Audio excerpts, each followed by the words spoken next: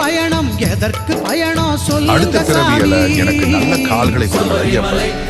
அதற்கு இத்தனை வருடமாக உன் 18 படியையும் ஏறி ஏறி உன்னை தரிசிக்க வரேன். உன்னை பார்க்க வரும் ஒவ்வொரு வருடம் பல வழிகளை தாங்கிக் கொண்டே வருகிறேன். இந்த வழிகளை நீங்கள் உணர்ந்து என் குடும்பத்தையும் என் குழந்தைகளையும் என் மனைவியையும் இந்த உலகத்தில் உள்ள அனைத்து உயிர்களையும் நல்ல முறையில் வாழ வேண்டும்.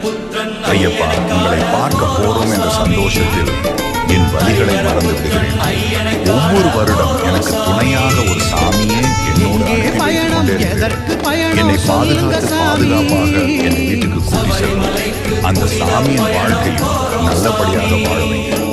ஐயப்பா, பணம் இருந்தும் ஐயப்ப சாமி மகிமை தெரியாத பணக்காரர்களும் இந்த பிரபஞ்சத்தில் இருக்கிறாங்க.